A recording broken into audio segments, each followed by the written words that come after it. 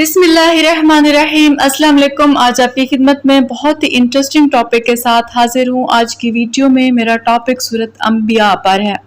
अंबिया का वाहिद नबी है। इस सूरत मुबारका में अंबिया का जिक्र किया गया है, इसी वजह से इसका नाम अंबिया रखा गया।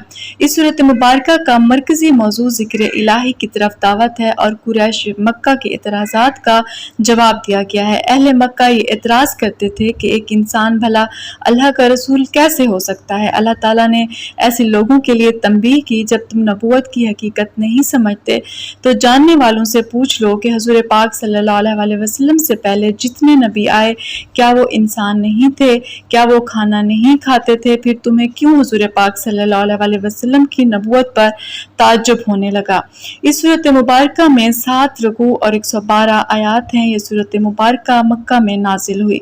लफ्ज़ अंबिया इस सूरत मुबारका की आयत नंबर 2 में आया है।